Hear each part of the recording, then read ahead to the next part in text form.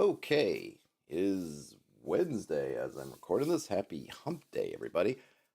This is ostensibly for use in my Hex Halloween project, and that's if you're looking at the screen right now, and if you're assuming you're watching this and not listening to this, if you're listening to this, then yeah, you're not gonna see the screens. That's okay.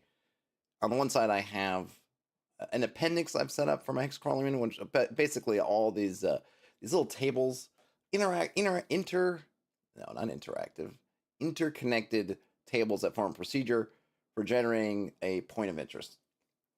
What the point of interest is for is, say you enter a hex and you want to see kind of what your party experiences if there isn't something in there already, either if the hex were blank or if there was something already in there but they've already discovered it. Here is something else that can be there for them to find. And I also intend to use it. I also intend to use it for um, doing or at least tweaking some of the hexes I've already stocked. I wanted something a little bit, maybe a little bit more robust, um, a little bit more focused on in the context of this particular area that I'm building. So I created it. It's a bunch of tables though, and I thought I would kind of play around them. And maybe this would help sort of help me run some examples through, see how it runs, see how I like the results I'm getting. Maybe I'll tweak them. Maybe I'll love it. If you're in here watching and you want to give me some feedback, love to hear it. And then this might be something that if it does work well, then maybe I'll keep it as a template, as a sort of a template that I can essentially not make it. I was going to say make it a generic template. In a sense, I could use it as a template, pulling out the innards, leaving the tables intact, and then when I'm doing other projects like this, I could then kind of reuse these tables and maybe, as I talked about in the video I just published, having kind of prep tables. These are essentially prep tables for this little mini setting, micro campaign, whatever you want to call it, stuff like this. So that I will use these to then create points of interest. If I were just to write these up, you'll say I have a empty Google Doc here where I can just write them up real quickly. At the end of the day, you would only see the Google Doc outputs. You wouldn't see the tables, but we got everything from there. Maybe I should walk through the table, see if it makes, or tables, see if it makes sense to you, like it makes sense to me. And I think it's always good to do this if you have somebody you can just bounce ideas off of or things like that, because sometimes something will make sense to you. And obviously, ultimately, this is for my use first and foremost. So the person who it must make sense to is me. But at the same time, given that I intend to share this out, also good to see what other people think. And then, of course, of course, excuse me. And of course, I might be missing something. And then maybe someone will point out, hey, you're missing this, or I'm doubling up on that, or whatnot. Okay. So basically, and I moved my wandering creature generator down to Appendix B now, I think. So this is now the new Appendix A. We've got the types of points of interest it could be. So there's three. A landmark. The landmark is something obvious. That's the thing that you would first experience when you enter the heck. It's the thing that most folks know about. It's the one that you'll kind of go to. It's kind of if there is a sort of a bigger thing in the hex, it doesn't have to be just one. And of course, the size of your hexes will play a role in how many landmarks there could be there. Excuse me. But you look at it as that's kind of the thing, right? That is the thing that's kind of this hex is sort of known for, or would be known. Not necessarily the only thing, but whatever. One of the things it's known for. Feature, a smaller thing. Usually, you kind of got to search out features. A landmark, you can just stumble into a hex. You're going to probably stumble into that landmark. I would just say, as a general rule, you are going to stumble into the landmark. Feature, you got to search out. Secrets, you have to search out too, but you're going to have to suss out all the other stuff first, unless you have some clue or some other piece of information, or maybe a specialized tool that would get you to the secret. So to find, the secret lair of the bandits, you need to have track the bandits there. You found their trail and track them there. Maybe you got a map fragment that shows where the location is. You have a guide that knows, right? Something like that. That's kind of the concept. So landmarks, obvious. Features can be searched, but will be found generally on just a surface level search. Secrets require a deeper level of search, and by default, you have to have uncovered other things. But anything less than a secret or less hidden than a secret before the secrets will start to come out, unless you have some information. And then I do have an alignment. And that was kind of the last piece I was working on, was kind of figuring out what to do with some of the alignment effects. We can go over that if I get to some. But chaos, neutral, law, and it's shaded towards neutral, so more things will be neutral, and you have basically a 33% chance combined of either chaos or law, and then it's 16.6667% chaos, and the same thing for law. We have our locales. This is kind of you want to sense the backdrop of where it is. So you're there. Where is it? Right in the low plains. It's going to be a farmstead, a pasture, maybe some trees, maybe a little a rill or a stream, a dense thicket, or a small pond. In the sort of the green slopes, which would be the wooded mountains, it could be a rocky outcrop, a crevasse, an open glade of a stream, again a pond or a thicket. And in the mountains, the more high mountain areas, it's going to maybe a stone promontory, a copse of trees, yada yada yada. The lake and the swamp also have. Then in terms of the contents, depending on the type of point of interest it is, the what contents could be there is going to change. So empty is empty. Wildlife is either it's going to be either and this is I have wildlife, so I have kind of flora for plants and stuff, and fauna for animals, and then wandering creatures. But this is not to say that if you don't roll flora in an area that it's barren. It just means kind of something in particular. It's something that sets this area maybe a little bit apart, something kind of special about it or specific to it. That's kind of the wildlife. So if you're on a landmark, it'll either be empty, you might get some wildlife, or maybe you'll get an obstruction, and I'll get down to obstructions in a minute. And a feature won't be empty. You'll either have wildlife, an obstruction, or potentially a lair. And then if it's a secret, it's going to be an obstruction, a lair, or a treasure.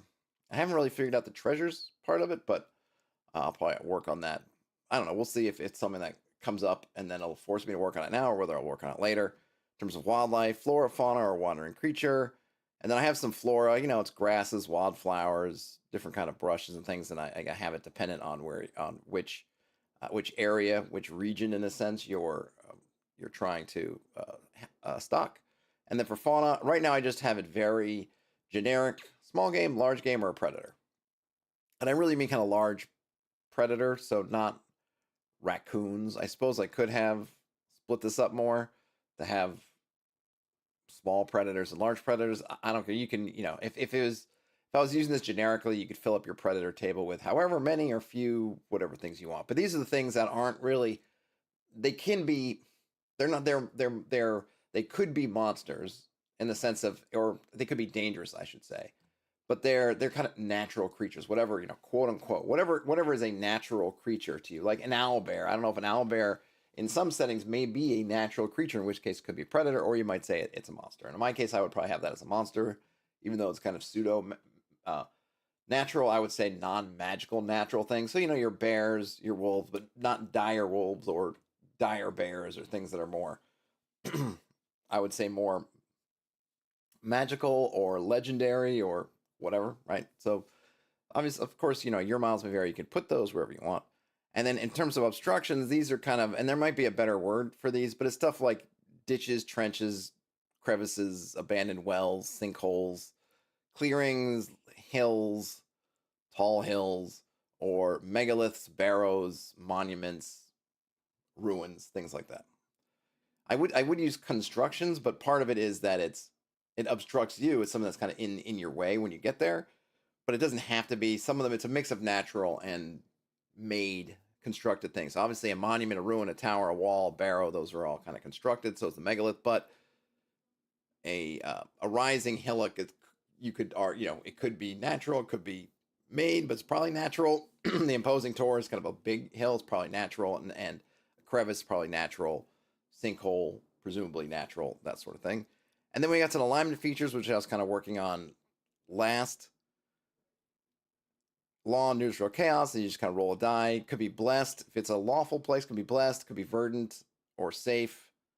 Safe would be more for camping purposes. Verdant might be for if you're trying to supply stuff, it'd be good. And blessed might give you kind of a protection type aspect if you're there.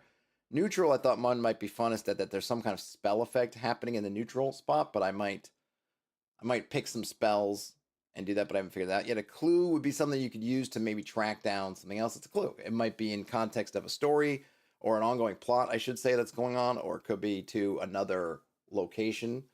And then a cache, maybe some gear, equipment. You find a pack that was hidden under a stone, something like that. And on the chaos side, it's kind of the inverse of law. It's cursed, it's gloomy, or it's dangerous. So dangerous would be the inverse of that safety. If in terms of camping or staying there, you might have a higher chance of a wandering creature check, or maybe more often wandering creature checks. gloomy is more or less. Maybe it'll have an effect, but I really mean it more.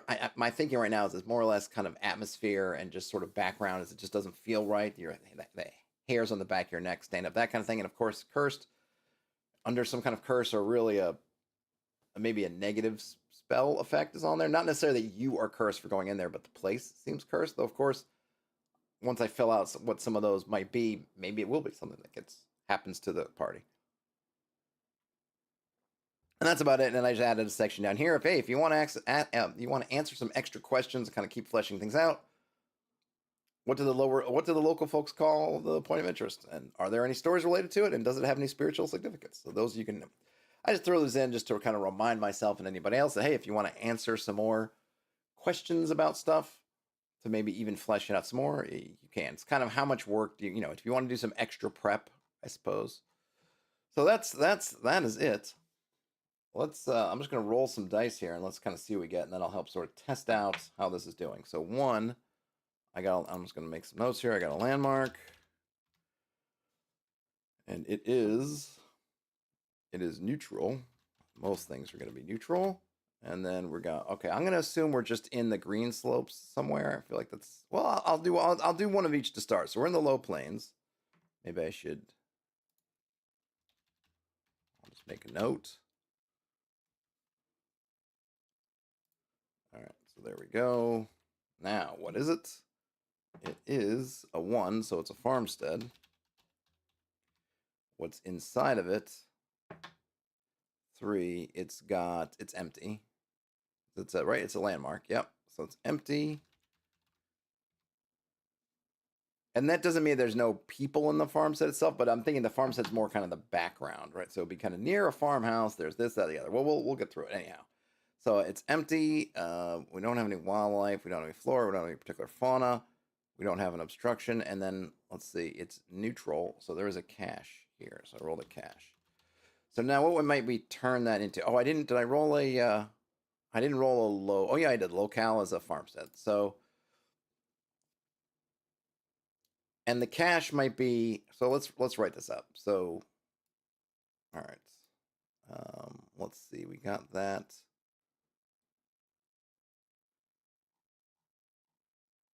Yeah. So we'll say, all right.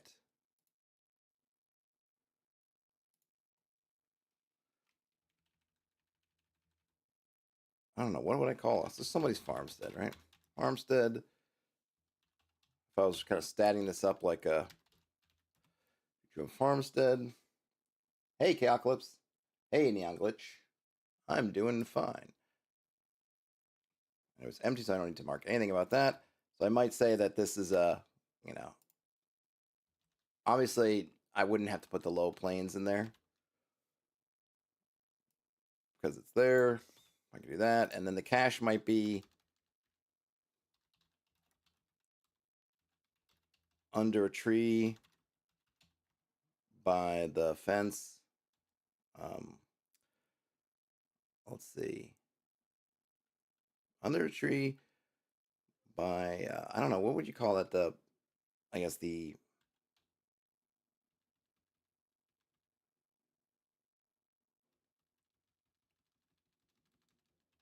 tree grows. I'm trying to think of some way visual. Anyway, under excuse me, under a tree besides the farmhouse, a pack lies half buried under leaves and litter. It contains ... Right, that might be what that one turns into. So if we look at kind of first example, we got a farmstead. We could go back and name it. That might be, name it. But this farmstead, and under a tree besides the farmhouse, a pack lies half buried under leaves and litter. It contains ... Right, and I could make a table for farmsteads, I suppose, if I wanted, or settlements, whatever. I mean, in this particular area, we only have settlements, and we only have a couple of. We don't have a couple. We only have settlements and we only have villages and basically castles kind of thing. Well, we have the one tower, but that's kind of its own location. So anyway, that's one. So let's roll up another one, see what we get. So I think that one worked out okay. And the idea here is you could stat these up pretty quickly. So we'll go to the green slopes. We'll say the western, almost, yeah, we'll start with the western. Western green slopes is where we are. This is a feature, which means we would have to search for it, just those falling at home. Ooh, it's chaotic. But what is it? It is so it's a feature, so I'm going to roll. Oh, the locale, first of all. Western green slopes. So I'm just rolling on the green slopes table. I get 3. It's an open glade. Open glade. So we could put this stuff in parentheses. I'll move chaotic to the front.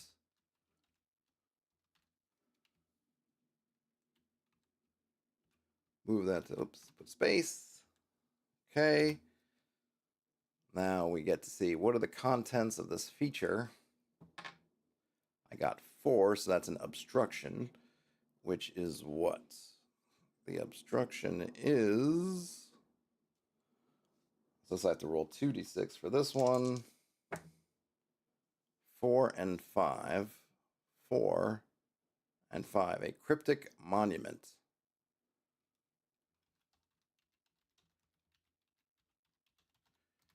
And then I want to roll for the alignment feature. Oh no, I just need 1d6 for that. I got 3. It's gloomy. So I might actually say this. Let's cut that out. Put that here. Cut that out.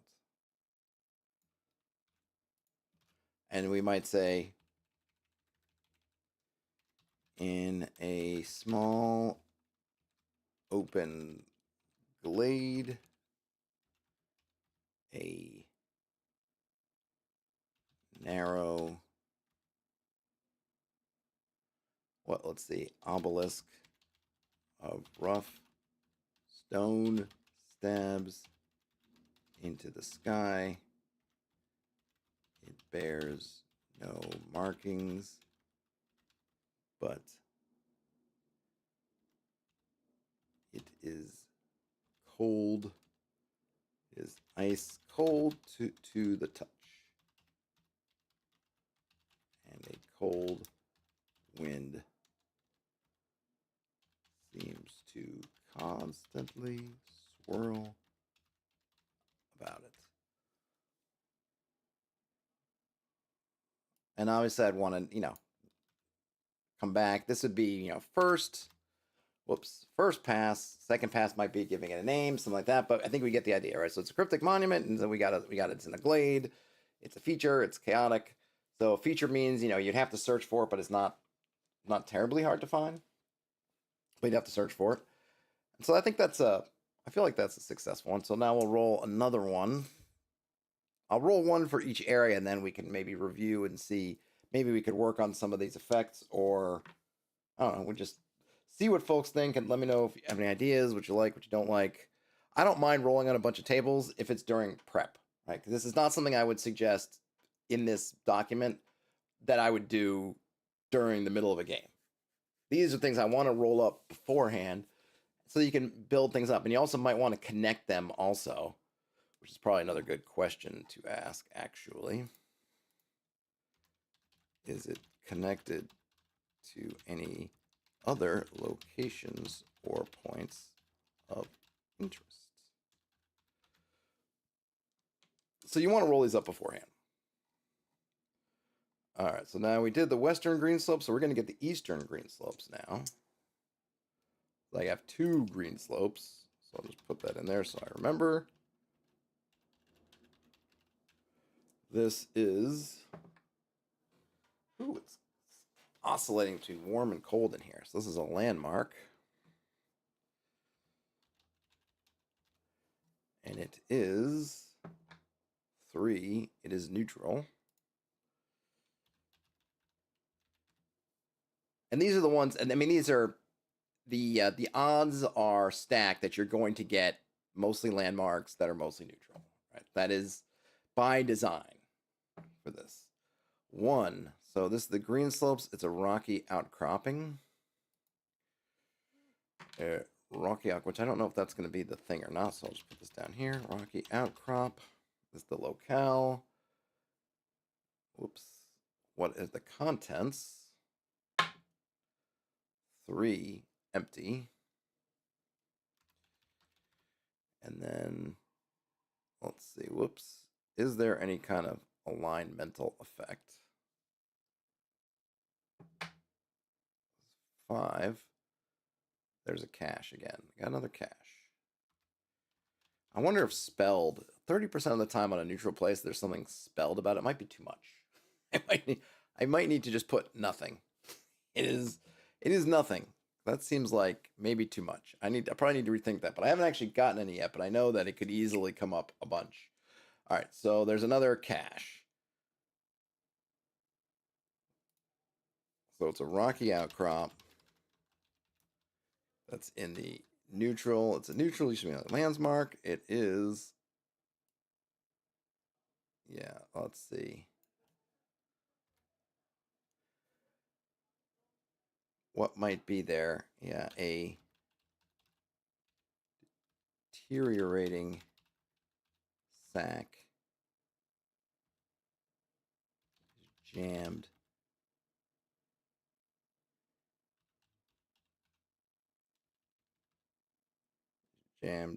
let's see, beneath, I guess, jammed into a small crevice inside is ...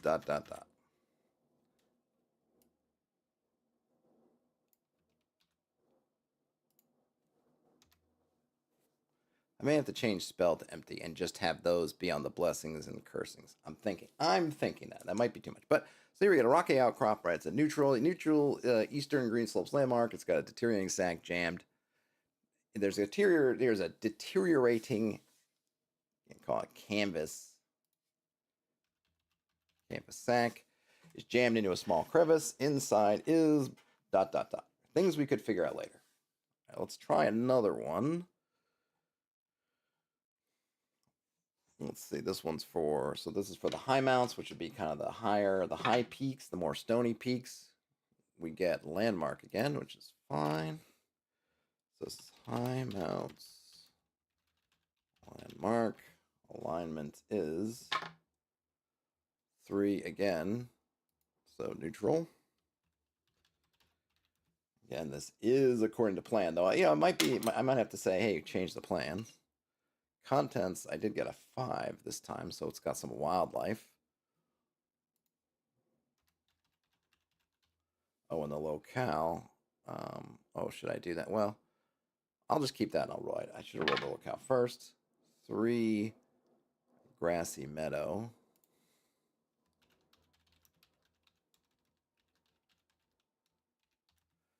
And then, let's see.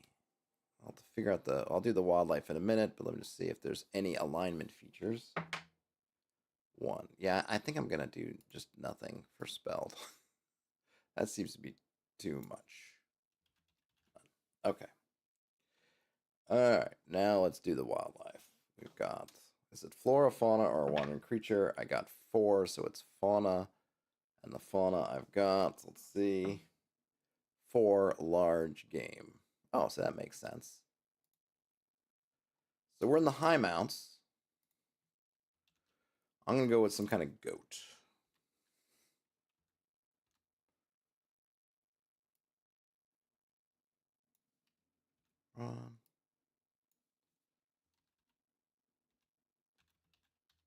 This meadow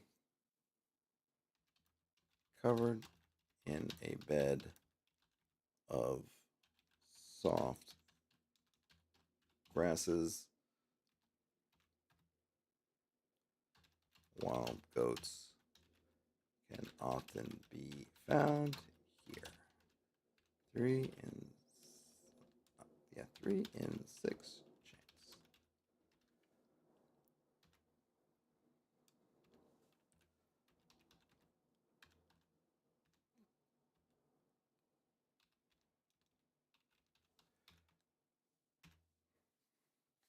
Grassy meadow. This meadow is covered in a bed of soft grasses. Wild goats can often be found here. 3 in 6 chance of 2d6 goats.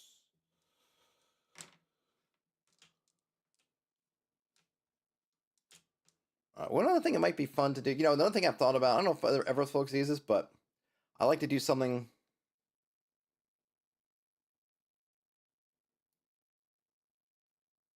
like this. Something I like to do is, let's see, 2d6 minus 2 wild goats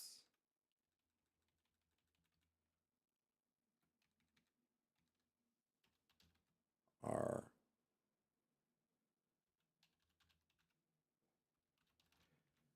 meaning that you can, so you have this number you roll, right? So I could do something and say, hey, there's a 50% chance of there being, and I know the odds aren't exactly the same, but I like the 2d6 minus 2.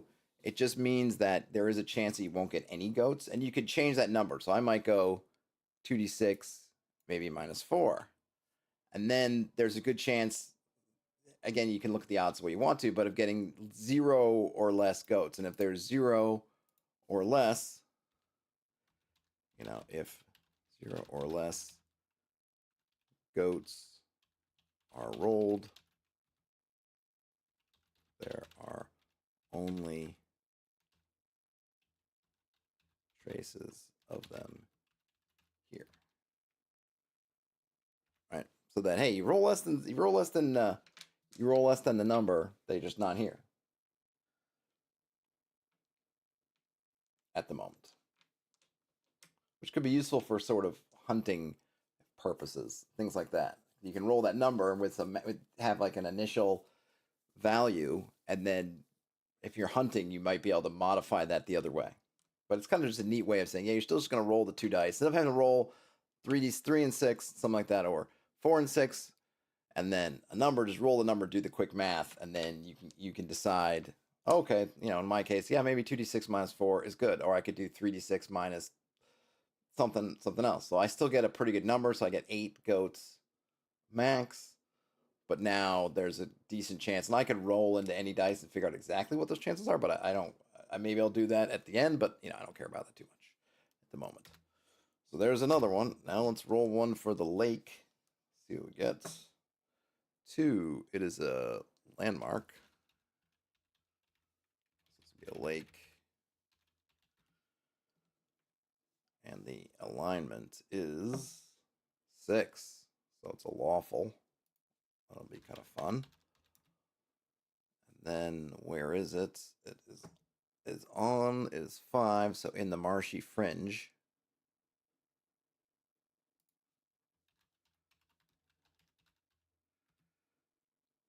What we have inside. Right, it's a landmark, right? 6 again, there's an obstruction. And let's see what that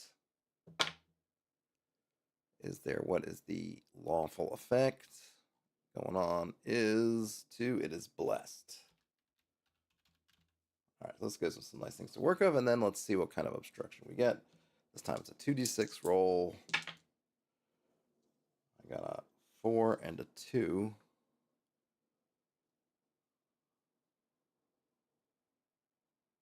An abandoned well.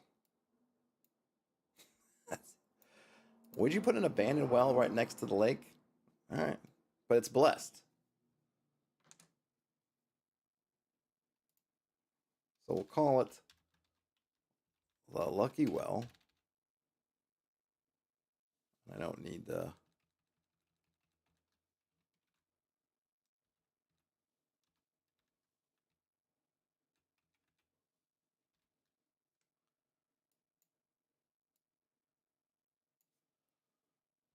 at the edge of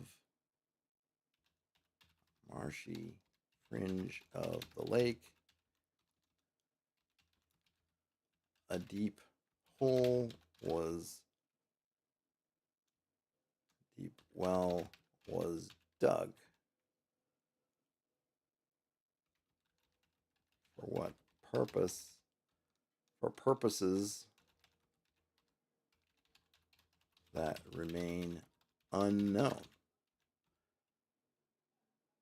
It is said that if a question is asked into the well while the reflection of a full moon is visible in its water.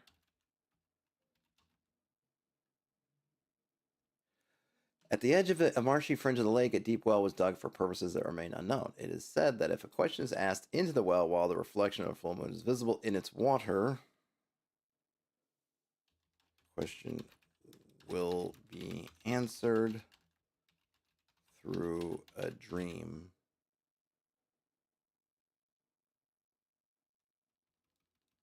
Dreams before sunrise. That might be a little too wordy to figure it out.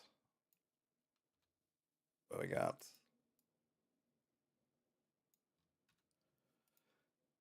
At the edge of a marshy fringe of the lake, a deep well was dug for purposes that remain unknown. It is said that if a question is asked into the well while the reflection of a full moon is visible in its water, the question will be answered through dreams before sunrise. Maybe before sunrise. Leave the methodology of that up to whomever. But you get kind of an idea of what's going on there. I like that one. And it makes sense that maybe this a well, the structure of it, it's big enough and tall enough that, if you're by the lake, you kind of know about it. If it was a secret, you might say it's kind of buried within that marshy fringe where it's overgrown. In this case, maybe it's not. Maybe people come to ask those questions. All right, we got one more to do, or that we will do, just to make a complete kind of sample set, if you will. This one in the swamp. Excuse me. What did I get here? 5. It's a feature. Swamp feature, and it is 3. It is neutral. The locale is 1 in the putrid muck. Love it. Putrid muck. And the contents, it's a feature, so we're going to get something interesting. And we get a layer. Excuse me. Okay. Now, before we do the layer part of it, since that one's kind of fairly easy, I'm just going to roll the wandering creature. But for the alignment feature, cursed 4, it's gloomy. Now, let's see what creature we get. Just down here.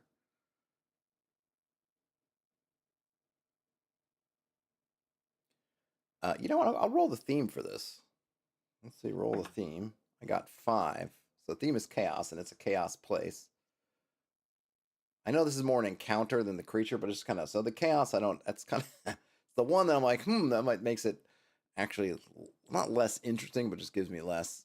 All right, let's see. What kind of creature are we getting here? 1, the D6. 5. And we got zombies.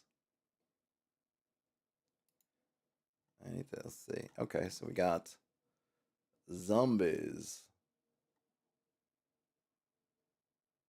All right. Actually, I don't need to get. So we got zombies. Now, what would be a good? Obviously, there's. Oh man, there is.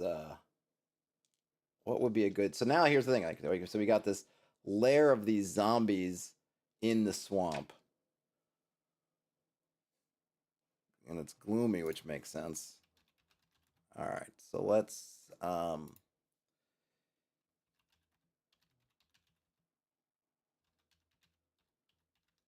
Something I learned, the other day.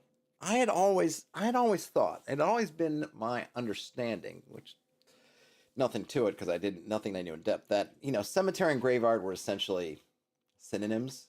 Call it a cemetery, call it a graveyard, but that's actually not the case. Apparently, you call something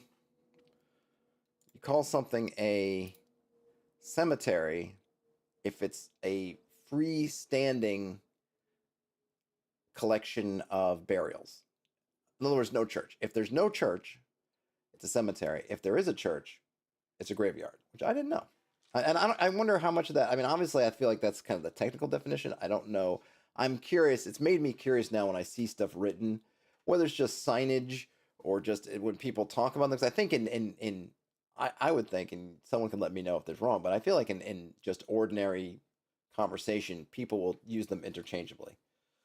Cemetery and graveyard. So it's interesting that there is an actual technical difference, though it may only be meaningful in more technical parlance, like if you're literally naming a place, like St. George's graveyard versus St. George's cemetery if there's a church or whatever there. But I thought that was kind of a cool thing to know. If you didn't know that, then hey, then this stream was good for something. All right, so I'm gonna take.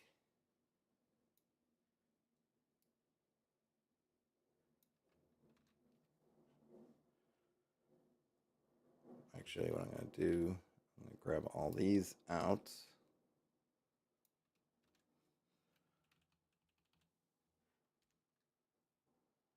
Oh, it's neutral. I thought it was chaos. Well, I'm going to change that to chaos. I got the chaos thing in there. Okay, so in an ancient collection of graves has slowly sunken down into the bed of the swamp. Now only the very swamp until they're no longer until the swamp. Let's say an ancient collection of graves has slowly sunken down into the bed of the swamp. Yeah, because it is a feature, so you can see it. So only, let's see, only the worn tops of a handful of grave stones peak above the murk. I don't know how many zombies we got here. 2d6.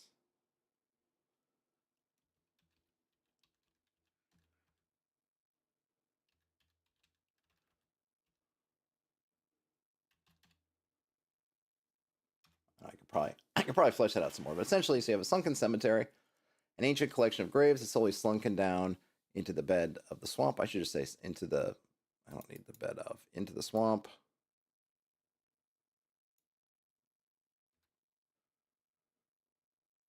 I guess I could just say is submerged.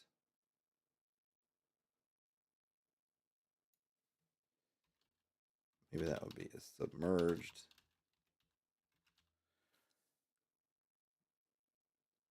An ancient collection of graves submerged the swamp. Only the worn tops of a handful of gravestones peak. I think I got that wrong. Peak above the murk. 2d6 zombies wander here. And I could flesh that out more, but I think we get to the gist of it. So I guess as I'm looking at this, I hit go on the stream. 41 minutes ago now as I'm watching it. And of course, a few minutes of that was the intro. And then I'm not sure how many minutes I went through walking through it, but we ended up coming up with 1, 2, 3, 4, 5, 6. 6 of these low points of interest. I think in pretty short time. To me, that's reasonable return on your investment of prep. Like I sit there during a lunch hour, I could eat, I could have a piece of paper, I could have this open, have this tables open on one side and have a notebook, or in this case, a Google Sheet if I'm eating at a desk. And I can have this open on another side and I can roll down through it and boom, boom, boom, come up with some. So we came up with a farmstead. Right, right now some of these are going to seem very generic because I haven't put in. But I would, the next step would be putting in somebody's name. Hey, is it inhabited? Who lives there? Right, maybe even who the pack belongs to, or maybe it doesn't belong, or maybe I might flesh that a little more and somebody hit it when on the run. Like I could flesh these out a number of ways. But so we got a farmstead, which is a neutral, low plains landmark. Under a tree beside the farmhouse, a pack lies half buried under the leaves and litter. It contains, whatever, figure out the contents. Next one is a cryptic monument, which is a chaotic western green slopes feature. In a small open glade, a narrow obelisk of rough stone stabs into the sky. It bears no markings, but it is ice cold to the touch, and a cold wind seems to constantly swirl about it. And let's see, I think I just got gloomy for that. So the effect is interesting, but there's nothing particular about it. But of course, we could flesh that out and suggest how that effect, which right now is kind of a passive thing, it's just freezing and there's always a wind. Maybe there is something that could cause it to create a stronger effect or create some kind of curse effect. Right now, it's just kind of atmospheric. We got a rocky outcrop that's a neutral eastern green slopes landmark, which is the outcrop itself might give it a, if I was going to go through, well, maybe we'll just do that. Anyway, let me just go through this and then we'll kind of go see what we can flesh out of it in the few minutes after that. We have left after that. So rocky outcrop, it's got a deteriorating canvas sack that is jammed. It's been jammed into a small crevice, and then inside is some contents. We have a grassy meadow. Meadow's covered in a bed of soft grasses. 2d4 wild goats are feeding here. If zero-less goats are rolled, there are only traces of them. Right. I should just say this: only scat and tracks found. Then we have the lucky well. At the edge of a marshy fringe of the lake, a deep well was dug for purposes that remain unknown. It is said that if a question is asked into the well while the reflection of a full moon is visible in its water, the question will be answered before sunrise. And then finally, the sunken cemetery. An ancient collection of graves is submerged in the swamp. Only the worn tops of a handful of gravestones peek above the murk. 2d6 zombies wander here. And I might, we'll go, I'll just flesh some of these out. Let's go to I need a name, so I'm going to go to all right, let's see.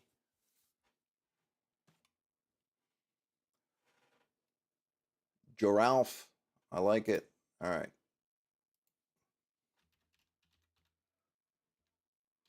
Joralf's farmstead.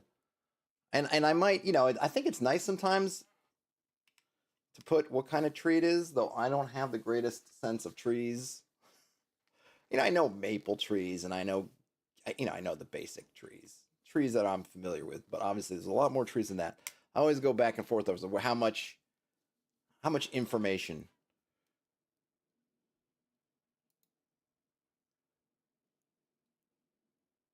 So let's flesh out this bit. So I'm not going to flesh out what's in the pack.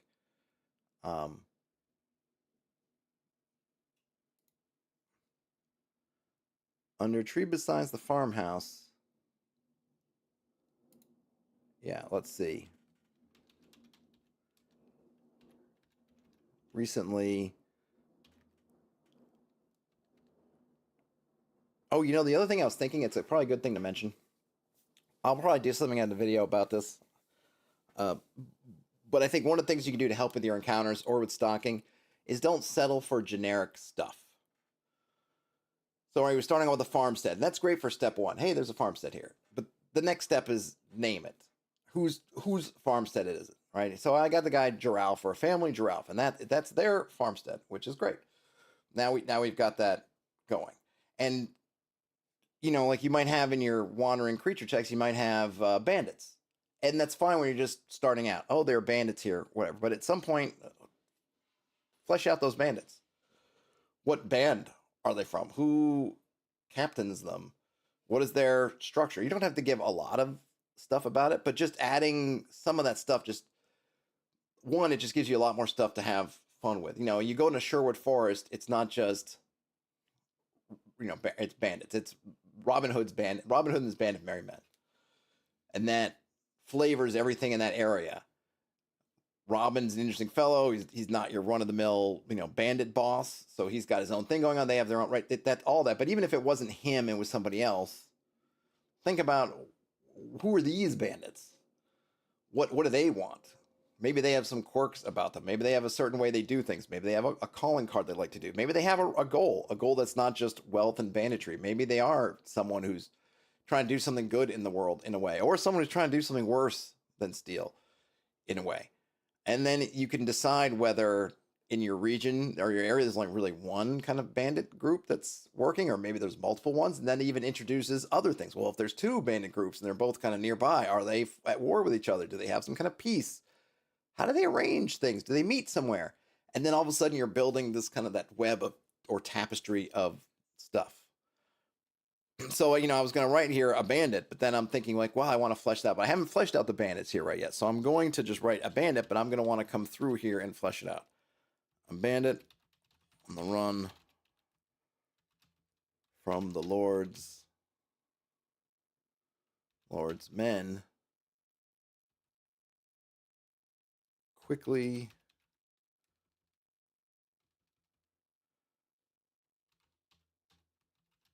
through their pack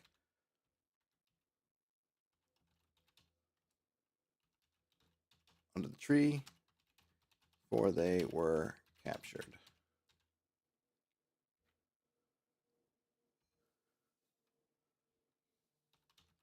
Bandit was hung, but the pack was not recovered. Now,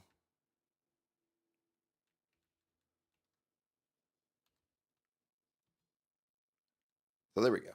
So recently, a bandit on the run from the Lord's men threw their pack under the tree before they were captured. The bandit was hung, but the pack was not recovered. Now half buried under leaves and litter, it contains ... So now we have a nice little story about that. Of course, the next step is to look at what those contents are and maybe thinking about, well, who did they steal them from? What was it? Obviously, they were just the story I just made up. They were captured and hung, so they had to have been something maybe important of consequence. And of course, if I had a treasure generator hooked up to this thing, then maybe I would roll up or some sort of contents. Maybe I would roll that up, and if I got something special, then I might say, oh, this is what happened, right? There are many ways to get there. Now, knowing that this happened, I would want to use a treasure table that had a chance or had a definitive, like, okay, there's something special in here. And that explains why the penalty for the theft and was maybe more, who knows what else happened. Maybe they killed somebody, right? We don't, the story of what all happened, there might be many reasons for them to have been hung. Maybe it's multiple offenses, blah, blah, blah, right? Could be, you could figure that out however you want. But the idea here is like, okay, we can, where does it inspiration? Because all this stuff is really to inspire you. It's not to lock you into what the dice say. Oh, you got to take what the dice say and you can't do anything. It's really like, what did the dice tell you? And how do putting these things together and trying to make them fit, how does that energize you? What do you come up with? And then running with that idea. And this is just, I don't know if I've drunk before on stream today, but this is just cold water for the working man. So there we got a little bit more. We have a cryptic monument.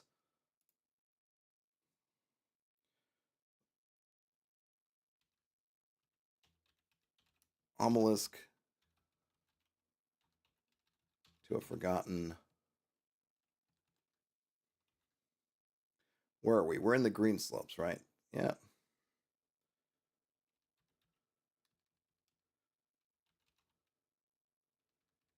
Yeah, we'll hold a mount. I don't know.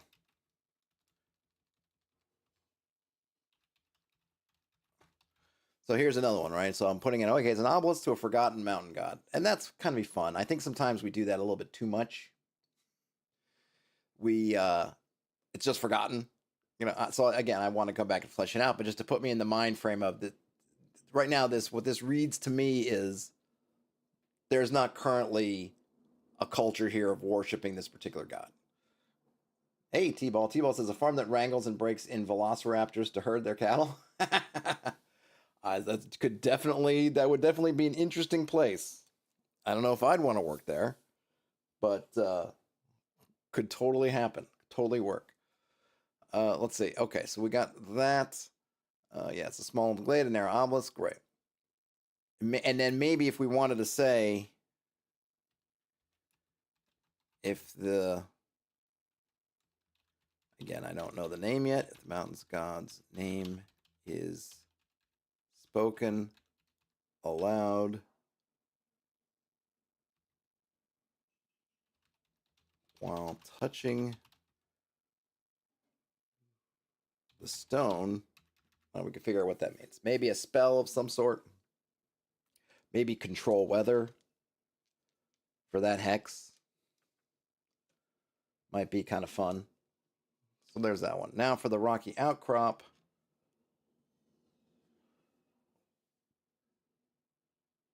Right, a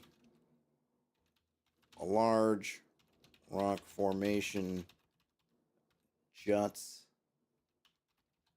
out of the ground.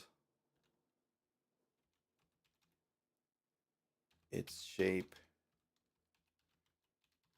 roughly resembles the silhouette of a wolf's head. So we'll call it Wolf's Head Rock. Okay. And now the other thing we can do now is someone could say, hey, you got to go to Wolf's Head Rock and then go east or something like that. It becomes a spot with a name that we can then feed into the fiction. Hey, Warrior King. So we can, now that we have it as a particular name, not just the Rocky Outcrop, but now we're calling it the Wolf's Head Rock, we can have locals talk about it. Oh, hey, the last time I saw Fred, we'd parted company at Wolf's Head Rock. I was coming back. He wanted to check something out. Oh, okay, so now once we got to find Wolf's Head Rock. And when you see it, oh, okay, this is it. And then you can figure out, kind of orient yourself. It can also help for sort of trail making as you're connecting these places. So as the party's moving around, they could say, okay, we know we got to go back to Wolf's Head Rock, and Wolf's Head Rock, we could pick up the trail back here. And so that can kind of help with them sort of mapping out their progress and also their own kind of maps. If they're making a map, they won't have hexes, but they'll be able to use these locations that they're finding to create their own map, right? Where is the pond? The pond is 10 minutes walk southwest of Wolf's Head Rock. Great. So if you get to Wolf's Head Rock, you'll probably be able to get to the pond. If you get to the pond, you probably get to Wolf's Head Rock.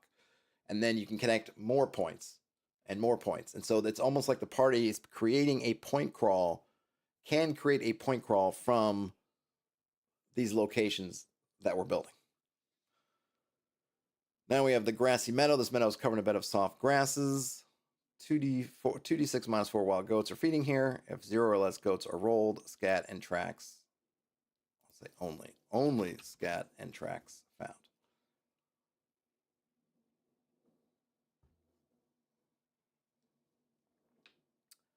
I don't know what I would call this. Call it goat meadow. The goat meadow. Oh, sure, the goat meadow. Why not? All right. I think that's the only thing there because it's really just a resource. The Lucky Well, we have a name at the edge of a marshy phrase of the lake. I have one big lake. That's what this lake is, or maybe most capitalized lake. I don't have a name for it yet, so that's why it's just the lake. Said if a question is asked into the well while the reflection of the full moon is visible in its water, the question will be answered before sunrise. I think that works pretty well as is.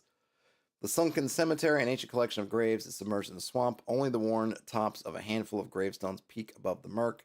2d6 zombies wander here. So this is another one. It works fine as is. It's the sunken cemetery. I think you could see somebody calling it by that, or they might even just call it the graves or something like that. Obviously, there are zombies here. We got that. There's an invitation here, maybe if we want to flesh out a bit more of the zombie story. If we want, I think that not everything has to be fleshed out in a hex crawler. You don't have to flesh out every single thing. That's fine for some things to just be what they are. Yeah, it's a cemetery. Yeah, it's sunk down on the swamp, and there are now zombies there. Whatever. It could be one of the things that you have, and this is the other thing I would say.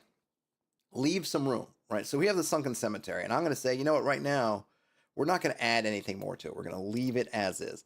But maybe some plot develops.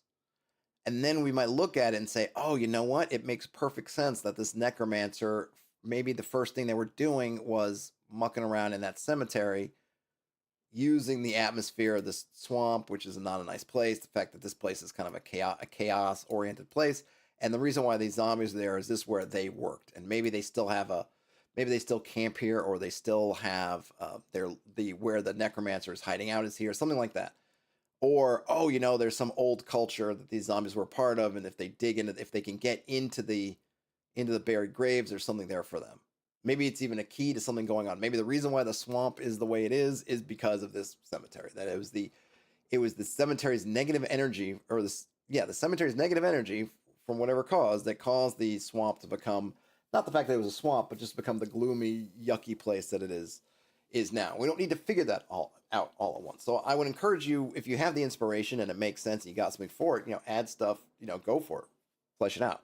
But it's also good to leave some stuff where it's got room, where you haven't locked yourself down in any stories. Now, I would also say that everything we've written down here, it's just potential. All the stuff here, it works, but it's like, this is your potential, but it's not set in stone until you actually read it at the table. So the obelisk, the Forgotten Mountain God, if it hasn't come up in play yet, then it's just, yeah, it's probably this thing. But maybe we'll change our mind in the moment when we get to that spot and there's something else that seems like a better idea. Then yeah, roll with that idea, right? But we have something that's kind of in reserve. We have a default. I guess that maybe I'll say what we're doing. We're creating these defaults, and if nothing else, it comes up or whatever, then hey, use the default. If something else comes up that's better, use the better. Always go for the better. I would say, though, that as an exercise, I feel good about this. Maybe I won't call this extra credits section.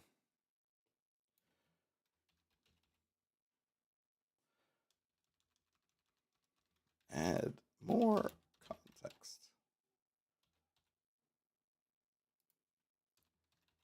You have time and energy. Okay. So I think that's a good, and I probably will use these. I think they're all, I like them all. I like them all. And I can throw those in. So I thought that's pretty good. Like I said, I think it took us, I don't know, maybe a couple minutes per one. And if I wasn't, maybe be faster if I was just really whipping through it or rolling a bunch of dice at once. But I don't think it's a hard process. And I think everything, to me, what I don't want, what I always look for in these is, am I getting a bunch of, I don't know,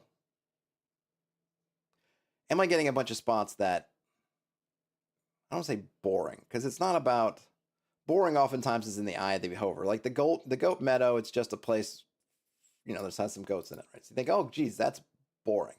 At the same time, it's also really useful if you're out there wandering around the wilderness. Here is potentially a good hunting grounds. Oh, you got there.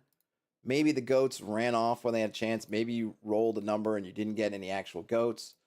But the meadow's here and now you can hunt. Hey, Dungeons Key. Not a whole lot. I'm actually kind of wrapping it up.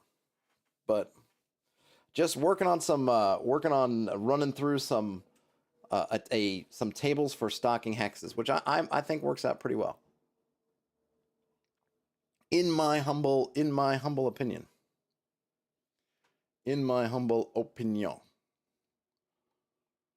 Anybody got anything for me before I call it a stream?